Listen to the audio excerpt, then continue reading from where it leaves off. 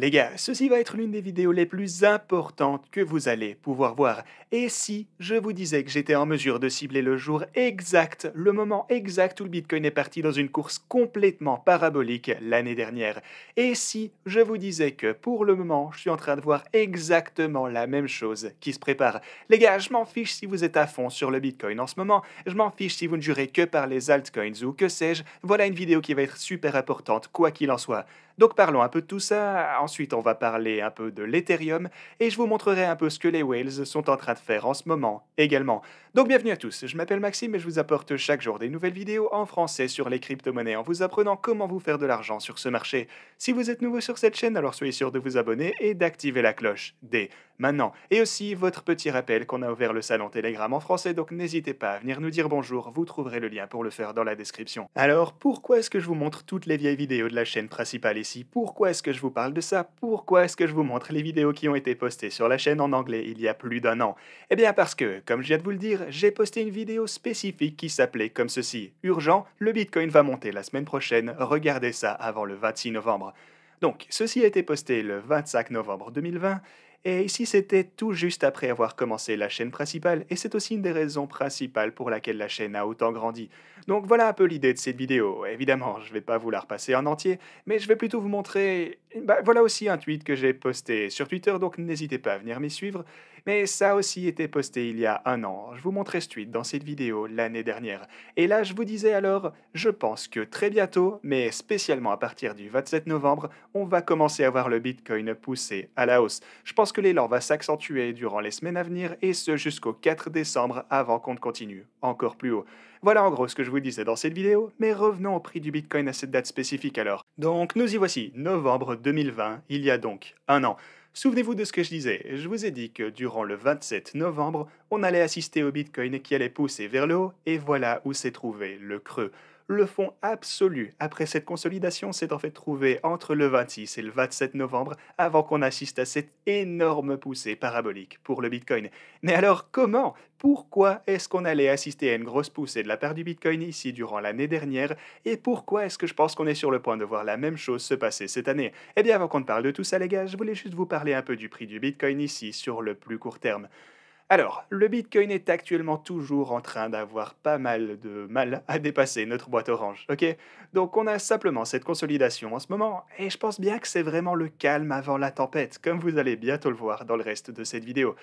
Du coup, vous savez, si on s'approche du niveau de 63 400 dollars à la résistance, eh bien on va encore une fois se heurter à tout ceci. Mais au moins le plus de fois on va essayer de percer ce niveau en tentant alors de passer au-dessus et commencer à se consolider, eh bien on aura de plus en plus de chances de finalement pouvoir voir ceci se produire. Ensuite on verra un gros short squeeze et finalement on pourra voir d'énormes appréciations de prix de tous les côtés. Et qu'est-ce qui va alimenter tout ceci alors? Encore une fois, on va y revenir très bientôt.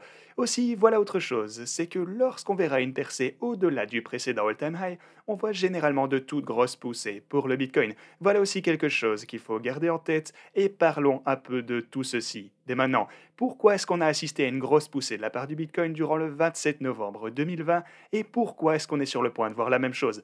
Eh ben, déjà, je vous laisserai le lien de cette vidéo dans la description parce que vous avez toutes les explications en détail sur la chaîne principale. Mais en gros, voilà un résumé. Si vous avez une période où les gens se sont fait énormément de profits à travers toute l'année, et au fait les gars, pourquoi est-ce que je m'attendais à ça juste ici? C'est parce que j'ai vu la même chose se passer en 2017.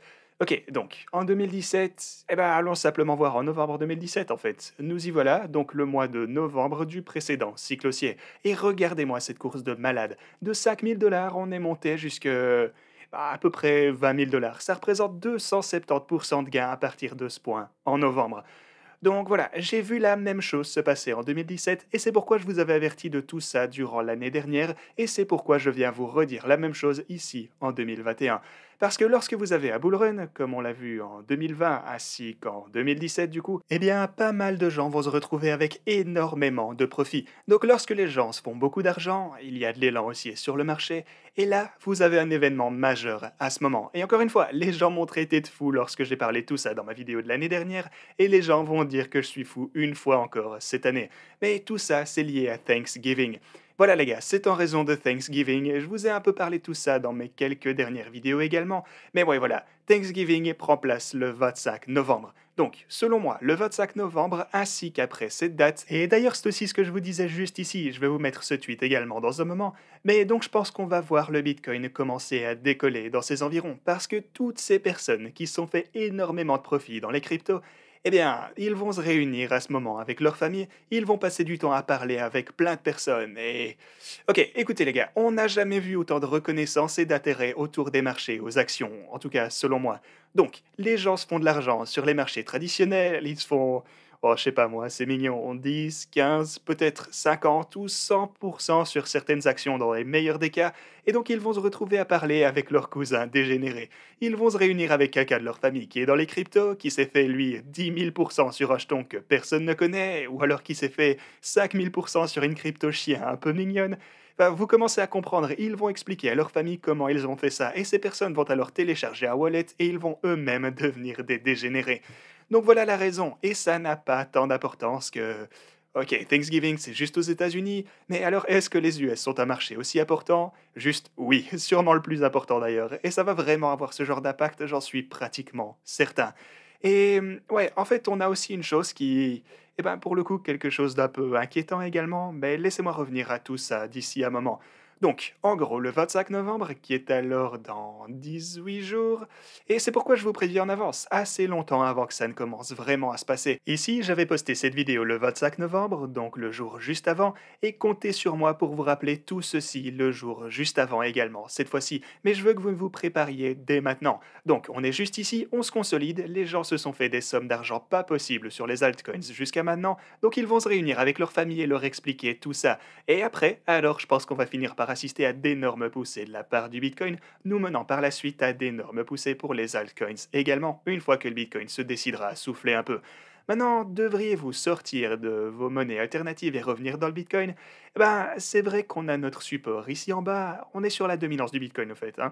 Donc peut-être qu'on va avoir un peu de chute encore ici avant qu'on atteigne le fameux 25 novembre. Donc les altcoins vont continuer à surperformer et ensuite une fois que le Bitcoin va commencer à décoller ici après Thanksgiving ou quelques jours plus tard, alors là on verra le prix du Bitcoin qui récupérera sa dominance ici avant qu'on puisse enfin passer dans cette énorme alt season après le sommet du Bitcoin. Mais sinon, est-ce qu'on a quoi que ce soit qui nous inviterait à la prudence dans cet océan d'optimisme? Bah malheureusement oui. Premièrement, on a notre whale du Bitcoin ici. Enfin bon, pour le coup, c'est pas inquiétant ça, je voulais juste vous montrer que notre whale préféré a continué à accumuler encore plus de Bitcoin à tous ces niveaux de prix. Mais voilà, quand vous prenez quelque chose comme le ratio de whale sur les plateformes d'échange, mais bon, déjà, qu'est-ce que c'est que tout ça, me direz-vous? Eh bien, il s'agit de ratio entre les balances sur les plateformes. Alors, quelle proportion de ces fameuses balances appartiennent à des whales et quelle partie appartient alors aux, bah, disons, aux plus petits poissons, si on veut? Et ce qu'on peut voir ici alors, d'ailleurs au fait, la façon dont ils calculent ça, c'est qu'ils prennent le top 10 des afflux de Bitcoin. Donc disons les 10 plus gros transferts de Bitcoin étaient de, bon genre disons 5000 Bitcoins chacun. Et ensuite ils le divisent par l'afflux total. Et tout ça vous donne un ratio un peu relatif qui indique la proportion du Bitcoin transféré vers des plateformes d'échange qui appartient alors au whale, consistant donc en les 10 plus gros transferts. Et ça comparé au reste des transferts qui envoient n'importe quel montant de Bitcoin vers les plateformes. Et bah, pour le coup, ce que vous pouvez voir avec ça ici, c'est que ce fameux ratio est proche de son all-time high, pour le moment, si je ne m'abuse en tout cas. En tout cas, on dirait qu'il en est proche. La question est donc la suivante. Et si jamais les balances totales sont toujours en train de descendre, signifiant que les whales possèdent ainsi une plus grosse partie des balances totales. Donc ma crainte maintenant, c'est ceci. Et si les whales étaient en train de se préparer pour tout ça? Et si les whales savaient tout ça? Et si les whales avaient regardé ma vidéo de l'année dernière? Bon, j'en sais rien, je pense pas, mais peut-être qu'elles sont en train de se faire la même réflexion ici. Donc c'est pas quelque chose que vous réalisez, puis vous y allez all-in et vous devenez un millionnaire. Non, il faut tout de même faire attention à ce genre de données. Donc en somme, peut-être que les whales sont au courant de tout ceci et qu'elles vont essayer de tous nous piéger. Voilà quelque chose à surveiller, mais j'espère juste que le simple montant de personnes qui vont entrer dans les cryptos durant le mois de novembre va suffire à lui tout seul à absorber une potentielle grosse pression de vente de la part des whales ici. Voilà, quoi qu'il en soit, voilà quoi retenir. On va voir énormément de volatilité en novembre. Je pense bien qu'on va assister à des mouvements vraiment intéressants, que ce soit vers le haut, et je pense tout de même qu'il y a plus de chances que ce soit dans ce sens. Donc, ouais, mais quoi qu'il en soit, quelque chose va devoir se passer. Et parlons en vitesse de l'Ethereum, parce que celui-ci a pu être supporté par ce niveau ici à 4 359 $. Et là, bah, on dirait bien qu'il a envie de repartir vers un nouveau all-time high. Mais bien sûr, en ce moment, le graphique le plus important, c'est celui de l'Ethereum contre le Bitcoin. Parce que si on est en mesure de dépasser la résistance sur ce graphe, bon, là on dirait qu'il ne veut pas charger pour le moment. Bon, ok, tant pis. Mais quoi qu'il en soit, je vous dirais juste que sur le graphique de l'Ethereum contre le Bitcoin, on a une toute grosse boîte orange. Et si on la dépasse, alors on va tous devenir millionnaires grâce à notre Ethereum. Voilà le résumé, mais n'hésitez pas à aller voir mes précédentes vidéos à ce sujet, étant donné que mon graphique a décidé de nous embêter aujourd'hui. Mais sinon, merci beaucoup d'avoir regardé cette vidéo les gars, et moi je vous dis à la prochaine.